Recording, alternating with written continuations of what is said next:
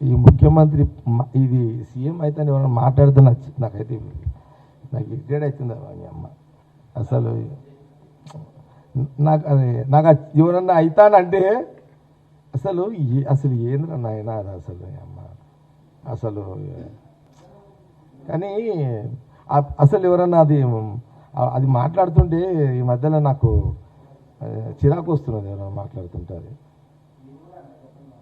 అదే లేదు రాజ్యాంగం ఎంత ఇచ్చినా ఇక డైరెక్ట్గా కౌన్సిల్ నిలబడినోడు కూడా ఇక సీఎం అవుతా అంటే ఎట్లా భయ్ నాకు అర్థం కాదు. కానీ అమ్మాయి భయ్ నేను 19 సంవత్సరాలకే మున్సిపల్ కౌన్సిలర్ అయినా భయ్.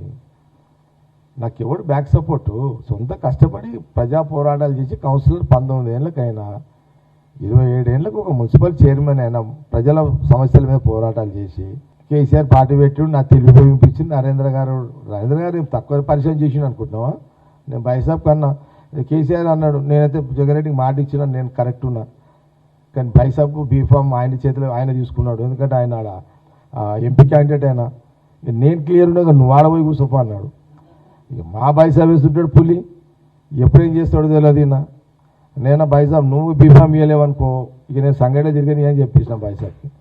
ఇట్లేనమ్మా నరేంద్ర ఆయన అదే పులి, అది ఒరిజినల్ పులి. అది ఇప్పుడు మన తీరు ఫోటోలు వేసుకునే పులి కాదు అది టైగర్ నరేంద్ర.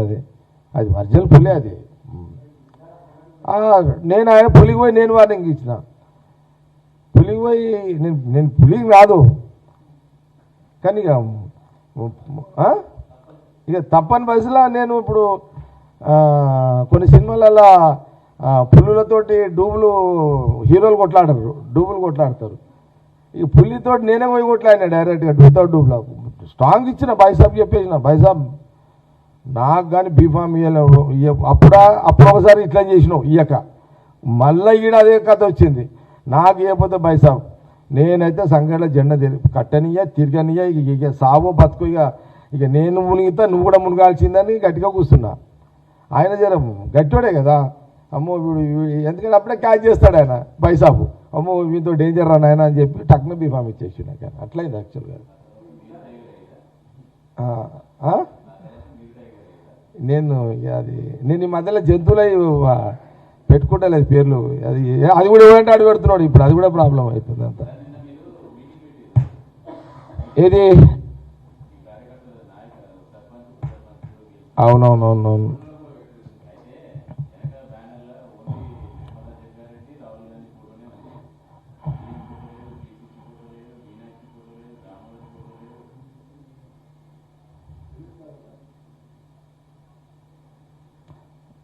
అంటే నీ డౌట్ ఏంటి సార్ ఇప్పుడు? అంటే నిన్న కాంగ్రెస్ తిరుపతి నేను కాంగ్రెస్ పార్టీలో ఉన్నది నిజమే, కాంగ్రెస్ నాయకుడిని నిజమే. వెనక ఆయన నిన్న సర్పంచ్ల సన్మాన కార్యక్రమంలో ఒక రాహుల్ గాంధీ ఫోటో ఉంది. ఆయన మా నాయకుడు, అది నిజమే. ప్రాబ్లం ఎక్కడ వచ్చింది ఇప్పుడు?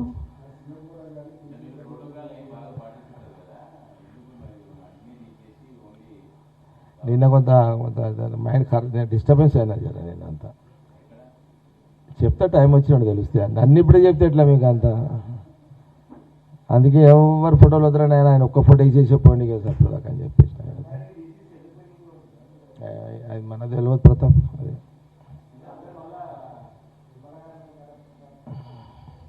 ఇక తర్వాత అంటే మనమేమి ఇంట్రెస్ట్ లేము దాంట్లో.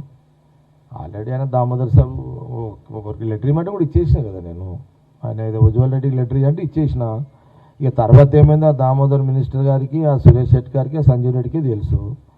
వాళ్ళ ముగ్గురికే తెలుసు అది. ఇక మళ్ళీ దామోదర్ సాబ్ నాకు మాట్లాడలేడు, నేను ఆయనకు చేయలేదు. ఆయన ఏమైనా చేస్తే నేను చెప్తుంటే ఇక ఆయన నాకు చేయనప్పుడు ఏందో పెద్దల వ్యవహారం వాళ్ళు ఏమైనా చేసుకోపోయినారని వదిలేసిన. మేము నామినేషన్ కూడా వెళ్ళలేదు కదా. నేను ఉండాలనని చెప్తే ఎవరు కాదన్నారు, కానీ మేము వద్దనే అనుకున్నాను. నిర్మల కూడా అన్నది వద్దులే 5 ఏళ్ళు ఉన్నాం, కొత్తలకు అవకాశం ఇస్తే బాగుంటుంది అంటే ఆయన దామోదర్ సాబ్ చెప్తున్నాడు కదా ఉజ్వల్ రెడ్డికి లెటర్ ఇచ్చేద్దామంటే నేను ఇచ్చేసిన. ఆల్రెడీ నిర్మల చెప్తే ఇచ్చేసిన. నేను కూడా అనుకున్నా వద్దులే ఎందుకులే అని చెప్పంతే. ఇక అదేమో దామోదర్ సాబ్ వాళ్ళకి తెలుసు, ఏమో మనకేం తెలుస్తుంది అంత. ఇక అవన్నీ ఆడబెట్టుకుంటాం ప్రతాప్ అంతా. ప్రశాంత్ మనం ఎందుకు మైండ్ ఖరాబ్ చేసుకున్నాం? మనం క్లారిఫై అయినా తెలుస్తుంది ఇంకొన్ని నేను డిస్టర్బెన్స్ అయితే ఉన్నా, నో డౌట్. డిస్టర్బెన్స్ కారణాలు ఏందన్నది త్వరలో తెలియజేస్తా. ఎవరితో అనేది కూడా అప్పుడే చెప్తా, టైం వచ్చినప్పుడు చెప్తా. టైం ఉంది ఇంకా, మేలో చెప్తా. మే మే నిన్న ఒక్క రాహుల్ గాంధీ గారి ఇక మీరు మళ్ళీ అది నాకు అది మళ్ళీ హరీష్ రావు సబ్జెక్టు ఇదవుతుంది. మళ్ళీ మీరు అడుగుతున్నారు, ఇది ఒకటి చెప్పదు. నేను అది పెట్టడానికి కారణాలు ఉన్నాయి. డిసెంబర్, జనవరి, ఫిబ్రవరి, మార్చ్, ఏప్రిల్ శ్రీరామనవమి అయిపోయిన తర్వాత నా ఒపీనియన్స్ మేలో షేర్ చేస్తా, మేలో చెప్తా. అంటే జనరల్గా నాకు ఒక అలవాటు ఉంటుంది. నేను ఒక వర్డింగ్ చెప్పిన అంటే వర్డింగ్ని ఎవరు కూడా ఛాలెంజ్ చేయలేరు, చేసే అవకాశాలు ఇవ్వ. ఒకటి, నేను ఒక లైన్ తీసుకున్న తర్వాత బ్యాక్ రాను. మళ్ళా ఎందుకు రాను అంటే ఒక నిర్ణయం నేను ప్రకటించిన తర్వాత నేను ఎందుకు బ్యాక్ రానంటే నా యొక్క రాజకీయ శీలతకు సంబంధించిన క్వశ్చన్ మార్క్ రావద్దు ఎప్పుడైనా సరే. ఒక మాట అన్నంటే మాటకు కమిట్మెంట్కి వెళ్ళిపోతుంటా. అది ఎంత నష్టమైనా సరే, రాజకీయంగా నాకు ఎన్ని ఇబ్బందులున్నా, నష్టమున్నా, ఆర్థిక ఇబ్బందులున్నా, లేకపోతే రాజకీయ ఇబ్బందులున్నా, ఒక నిర్ణయం తీసుకున్న తర్వాత బ్యాక్ రాలేను నేను. బ్యాక్ వస్తే ఏమైపోతుందంటే ఇక రకరకాల దాని మీద రకరకాల మనుషులు రకరకాల అనుమానాలను వ్యక్తపరుస్తుంటారు. జగ్గారెడ్డి తగ్గిండు అని అంటే ఏదో మాట్లాడినట్టున్నారు, ఏదో కొట్టినట్టున్నాడు, ఏదో వేసుకున్నాడు, ఇవన్నీ వస్తాయి. మనము ఎప్పుడైనా ఇగో పదవులు ఉంటాయి, పోతాయి. క్యారెక్టర్ చంపుకోవద్దు. మనకు పదవులు ఉంటాయి, పోతాయి. ఎవ్వరికి పర్మనెంట్ కాదు, ఎంత పెద్దోళ్ళకైనా పర్మనెంట్ కాదు. కానీ మనము క్యారెక్టర్ని చంపుకోవద్దు.